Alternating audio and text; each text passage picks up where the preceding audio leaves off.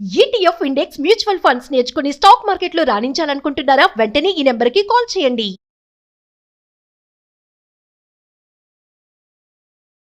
నమస్తే రమగారు. నమస్తే జయ. రమగారు, కొంతమంది బాధపడుతూ ఉంటారు. నేను ఏ తప్పు చేయకపోయినా ఎప్పుడు నాకు అవమానం జరుగుతూనే ఉంది, అపవాదులు మోయాల్సి వస్తూనే ఉంది, అందులో నా ప్రమేయం లేదు, ఏదో పోనీ ఇంతున్నా ఇంత మోయాల్సి వస్తుంది అనేసి. దాని నుంచి అంటే ఎలా ఉంటారంటే కుంగిపోతారు రమగారు. నన్నే అన్నారు, నన్నే అన్నారు, నన్నే అన్నారు, నేనే బాధపడాల్సి వస్తుంది, నాకే ఇలా అవుతోంది అనేసి. ఇట్లా అవమానాలు, అపవాదులు మన ప్రమేయం లేకుండా మనం తప్పు చేస్తే సరే సరే, తప్పు చేస్తే బాధ అనిపించదు రమ్మగారు సాధారణంగా.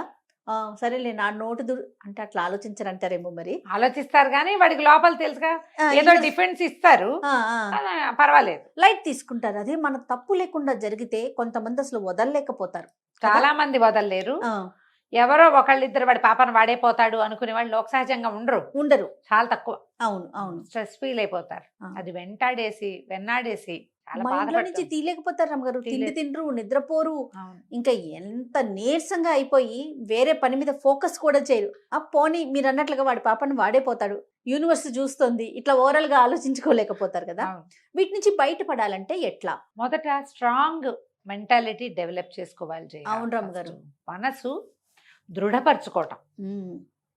నేను ఇక్కడే ఆగిపోతే ముందుకెళ్ళలేను, ఇక్కడ ఆగకూడదు, స్టక్ అయ్యానని చెప్తున్నారు చాలా మంది. నేను స్టక్ అయ్యా అక్కడే ఎంత స్టక్ అయిపోతావు నువ్వు. స్టక్ అవటం వల్ల నీకు ఏం ఉపయోగం జరిగిందో ఆలోచించు మొదట. అవును, నువ్వు ఏం పోగొట్టుకున్నావో కూడా నువ్వు ఆలోచిస్తే పోగొట్టుకున్నవి పెద్దవి, నువ్వు పొందింది చాలా తక్కువ, అసలు ఏం లేదు. స్టక్ అవడం ఒకటే మిగిలింది. ఏమేం పోగొట్టుకున్నాను స్టక్ అవటం వల్ల? చిన్న చిన్నవి చేయ, అత్తగారితోటో తోడుకోడలతోటో ఆడపడితోటో ఏదో తగాదా వస్తుంది.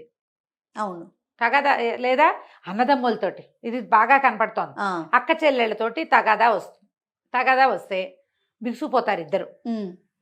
మామూలు వాక్యం, నువ్వే చేసావు, నువ్వు చిన్నప్పటి నుంచి ఇంతే, నువ్వు అప్పుడు కూడా అలాగే చేసావు అంటే నేనేం చేయలేదంటారు వీళ్ళు. నేనేం చేయలే, అప్పుడు అలా జరిగిందంటే రెండో వాళ్ళు దాన్ని ఒప్పుకోరు. వాళ్ళేమో ఇదే ఏదో చేసేసిందని వాళ్ళు నమ్ముతారు.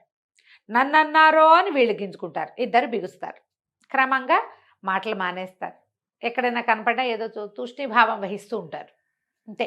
అక్కడి నుంచి పిల్లలు మాట్లాడుకోవడం మానేస్తారు, మొగుళ్ళు మాట్లాడుకోవడం మానేస్తారు. అక్క చెల్లెళ్ళు అయితే వీళ్ళింటికి వాళ్ళు వెళ్ళరు, వాళ్ళ ఇంటికి వీళ్ళు వెళ్ళరు, పిలవరు. అయిందా పోనీ ఇలాగే ఉన్నాం. ఏ పెళ్లి వీడియోనో చూస్తారు, లేదా ఎవరైనా కనపడి మీ అక్క బాగుంది, అబ్బా నీ పెళ్ళికి ఎంత బాగా చేసిందే, నీ చీరకు ఎంత బాగా వర్క్ చేసిందే, మీ అక్క చిన్నప్పుడు నేను ఎత్తుకుని తిరిగేది, ఇలాంటివేవో వాక్యాలు వినపడతాయి.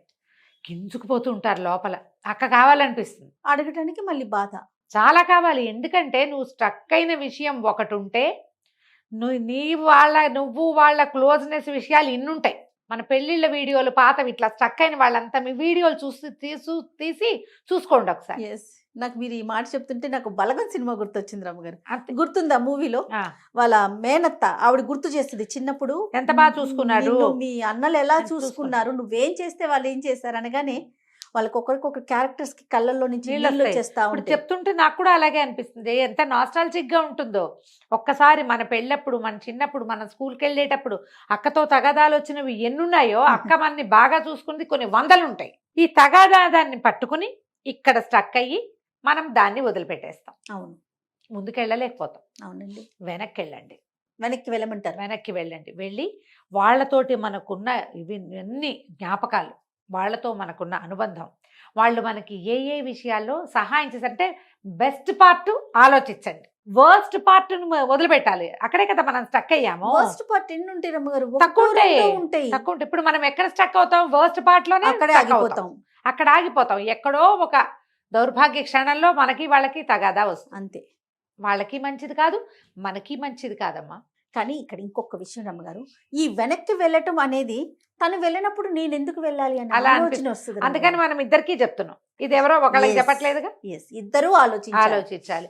ఒకవేళ వీళ్ళకి సయోధ్య కుదర్చాలని ఎవరైనా భావిస్తే వాళ్ళు ఈ వెనకాల విషయాలు ఇద్దరికి గుర్తు చేస్తే ఆటోమేటిక్గా సర్దుకుంటుందమ్మా. ఇందులో పెద్ద పెద్ద తీవ్రమైనవి వ్యవహారాలంటే ఏదైనా ఎక్స్ట్రా మ్యారిటల్ అఫైర్స్, ఆస్తి పంపకాలు, అక్కడ కొంచెం కష్టమమ్మా. అలాంటి చోట ఇది సెట్ అవ్వవు. కానీ ఈ ఊరికే చిన్న చిన్న మాట నువ్వు అంటే నువ్వు తూతూ మేమే అనుకుంటారు చూడు, ఇలాంటి చోట్ల ఖచ్చితంగా సెట్ అవుతుంది. మన వెనకది ఆలోచించుకుంటే అన్నీ నార్మలే ఉంటాయి. ఓకే. ఏం లేదు ఇంకా. నాకు ఎప్పుడు ఇలాంటివే వస్తాయి అంటారు కొంతమంది. ఆఫీసుల్లో ఇంతే, చుట్టుపక్కల వాళ్ళతో ఇంతే, ఇంట్లో ఇంతే, అత్తగారింట్లో అంతే, పుట్టింట్లో అంతే, కజిన్స్తో అంతే. చిన్న చిన్న వాటికి నేను మాట పడిపోతున్నాను. అసలు సంబంధం లేకపోయినా నేను నాకు మాట వస్తుంది, చిన్న మాటలు పెద్ద మాటలు నేను తీసుకోలేకపోతున్నా. అయితే దీనికి దైవారాధన ఒకటి మంచి పద్ధతి అమ్మ. ఇందులో ఈ దైవాలలో ఇద్దరు దైవాలని మనం ప్రార్థించవచ్చు. ఇద్దరు మనని ఈ అవమానాల నుంచి, అపవాదుల నుంచి, జనాల అపోహల నుంచి కాపాడతారు. ఊహించు ఎవరై ఉంటారు? పరమశివుడా? ఇంకా 4 ఆప్షన్స్ ఇస్తాను జయ నీకు. నాకా? నాకు తెలిసిన దేవుడేనా? నీకు తెలిసిన దేవుడే. దేవుడా క్షమించు. విష్ణువు, శివుడు, అంటే ఉన్న దేవుళ్ళందరినీ చెప్పేసి చెప్పే నీ ఇష్టం. ఆంజనేయ స్వామి గారు, వినాయకుడు. ఇప్పుడు కరెక్ట్. ఓకే. మొదటిది వినాయకుడు, రెండో వాడు కృష్ణుడు. వీళ్ళిద్దరు నా 2 కరెక్ట్ కదా. విష్ణు అంటే కృష్ణుడు. విష్ణు అంటే కృష్ణుడు కాదు, విష్ణు అంటే విష్ణువే. అలా ఒప్పుకో. వీళ్ళిద్దరూ మనని అవమానాల నుంచి, అపవాదుల నుంచి, ఈ కుంగిపోయే పరిస్థితుల నుంచి కాపాడతారు. వినాయక సంబంధమైన ఒక స్తోత్రాన్ని, శ్లోకం చిన్నది కదా, స్తోత్రాన్ని అలవాటు చేసుకోండి నిత్యం. నా తప్పు లేకుండా నా మీదకి ఏ మాట రానివద్దు తండ్రి, నాతో ఉండు అని దండం పెట్టుకోండి. మీరు రోజు వినాయక స్తోత్రం చదువుకుంటే అంత బెల్లం ముక్క, బెల్లం ఇట్లేదు, చెక్క బెల్లం దొరుకుతుంది, ఊరుగుపల్లి బెల్లం అంటారు. 1 కేజీ తెచ్చి దాన్ని చిన్న సాధనం పెట్టి కొట్టి చిట్టి ముక్కలు కట్ చేసి పెట్టేసుకోండి, ఒక డబ్బాలో పోసుకోండి. రోజు వినాయకుడికి బెల్లం ముక్క చూపించండి. బెల్లం ముక్కకి మడి మశానం ఏమీ లేవమ్మా, ఏ అంటూ ఉండదు. ఒకవేళ రోజు బెల్లం ఎవరు తింటారండి అంటే, నైవేద్యం పెట్టిన బెల్లం ముక్కలు, నా ప్లాన్ అనమాట ఇది, నేను చేసేది. నైవేద్యం పెట్టిన బెల్లం ముక్కలన్నీ ఒక డబ్బాలో వేసుకోండి, ఏ టీలోనో కాఫీలోనో వేసేసుకోండి. పాయసాల్లో ప్రసాదాల్లో పనికిరాదు. టీలో బెల్లం వేసుకోండి, చాలా బాగుంటుంది. బ్లాక్ కాఫీలో బెల్లము బాగుంటుంది, కషాయంలో బెల్లము బాగుంటుంది. అసలు మీరు ఏం చెప్పదలుచుకున్నారు రమ్మ గారు? కాబట్టి బెల్లం ఎలాగా అన్న అనుమానం మీకు లేకుండా చెప్తున్నాను. నెక్స్ట్ ప్రశ్న అదే ఉంటుంది, ముందే చెప్పేసి. సరే, వినాయకుడికి ఏం చదువుకోవాలి? వినాయకుడికి మనము తెలుగు పద్యాలు దొరుకుతాయి, అవి చదువుకోవచ్చు. తర్వాత ఏమో ద్వాదశ నామావళి ఒకటి ఉంటుంది వినాయకుడిది, షోడశ నామావళి ఒకటి ఉంది. ఈ 2 స్తోత్రాల్లో ఏదైనా తీసుకోండి. ఓకే. సుముఖశ్చేకదంతశ్చ కపిలో గజకర్ణికః ఇలా మొదలయ్యేది ఒకటి. ప్రణమ్య శిరసాదేవం గౌరీపుత్రం వినాయకం భక్తావాసం స్మరే నిత్యం ఆయుక్కామార్థ సిద్ధయే, ఇది ఒకటి స్తోత్రం. ఈ స్తోత్ర నిధి యాప్లో 2 దొరుకుతాయమ్మా. వినాయక స్తోత్రాలు ఓపెన్ చేసి చూసుకోండి, స్తోత్ర నిధి పెట్టుకోండి ఫోన్లో. ఎక్కువ స్పేస్ ఏం తీసుకోవద్దు, తక్కువ స్పేస్ తీసుకుంటుంది. మీరు చాలా స్తోత్రాలు అందులో దొరుకుతాయి, తప్పులు కూడా లేవు. ఓకే. ఈ వినాయక స్తోత్రాల్లో ఒకటి రోజు చదువుకోండి. ఎంతోసేపు పట్టదమ్మా, 2 నిమిషాలు నోటికి వచ్చేసింది అనుకోండి.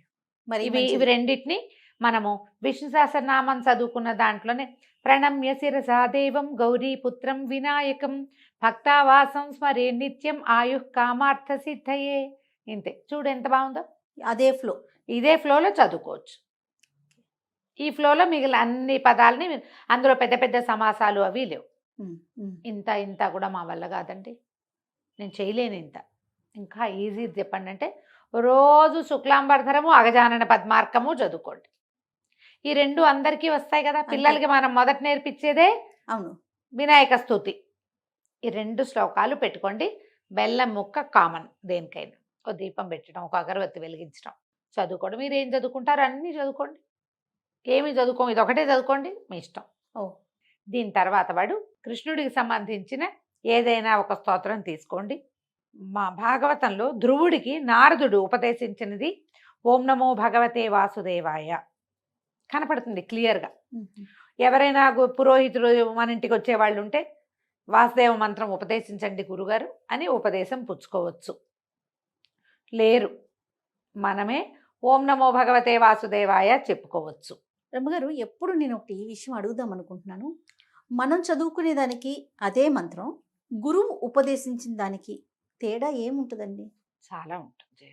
ఒక గురువు దగ్గర నేను ఉపదేశం తీసుకున్నాను ఈ మంత్రం అని చెప్తూ ఉపదేశం ఉంటారు. తీసుకుంటే ఉపదేశం వల్ల ఏమవుతుంది, గురు ఉపదేశం వల్ల సరైన దారిలో నడుస్తాం మొదటిది. మ్హూ. ఏం చేయాలి ఏం చేయకూడదు అనే క్లారిటీ ఉంటుంది రెండోది. మూడోది, నువ్వేదైనా పొరపాటు చేస్తే నిన్ను దిద్దుతాడు గురువు.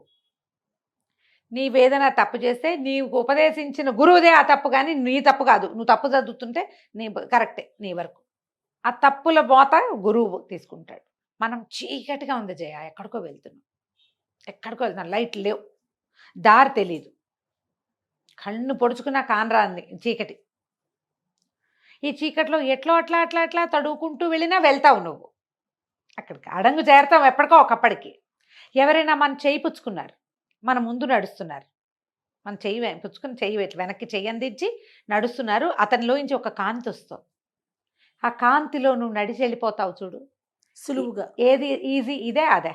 అంతేకా, పట్టుకుని నడిపిస్తేనే కదా సులువుగా వెళ్ళిపోతాం. ఒకవేళ నిన్ను గోతలో దింపాడు అనుకో ఆయన, ఆ ముందు తీసుకెళ్ళేవాడు, నీ తప్పు కాదు, గోతలో దిగిన తప్పేం ఉండదు నీకు, గురువుది తప్పు అవుతుంది. ఇప్పుడు అందుకని ఆధ్యాత్మిక గురువు అనేది మనం ఎప్పుడు చెప్పుకుంటాము, ఎవరైనా గట్టిగా ఈ మంత్రాల్ని దీంట్లో ఉన్నవాళ్ళు, ఉపదేశం ఇవ్వగలిగే అర్హత ఉన్నవాళ్ళు, వాళ్ళు కూడా ఆ అర్హత ఉన్న గొప్పవాళ్ళు కూడా అందరికీ ఇచ్చేయరు. ఎవరు దీనికి తగిన వాళ్ళో పాత్రత చూసి చేసుకోగలిగే దాన్ని చూసే ఇస్తారు.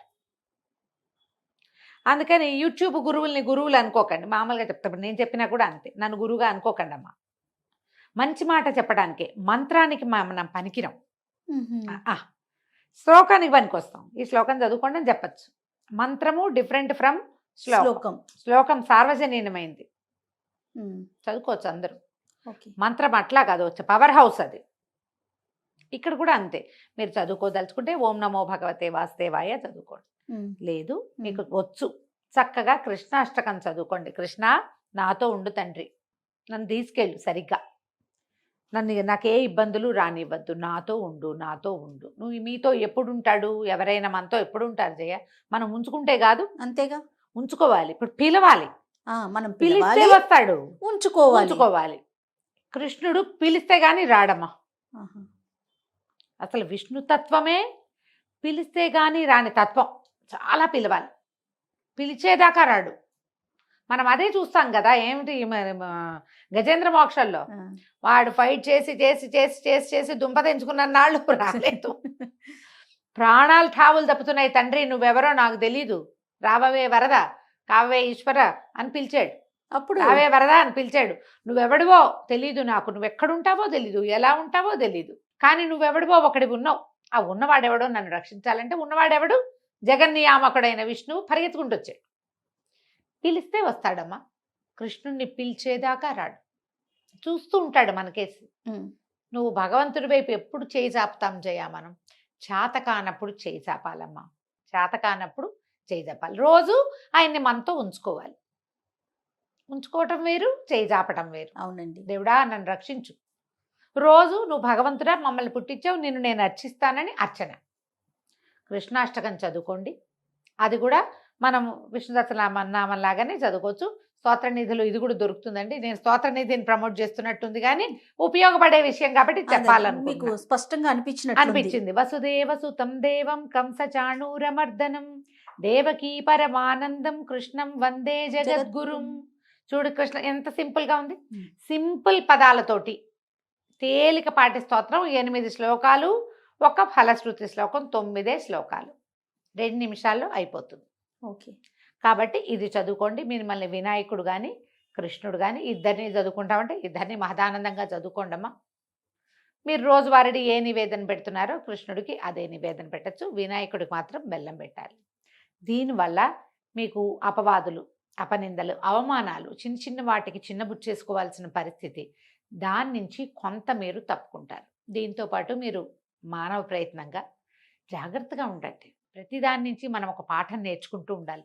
జీవితంలో ఏమవుతుంది, ఓ దెబ్బ తగిలితే ఓహో ఇక్కడ కాలు వేయకూడదు, ముందుకు వెళ్ళకూడదు, ఇక్కడ గడప ఉంది, ఇక్కడ గట్టు ఉంది, తెలుసుకుంటాం కదా.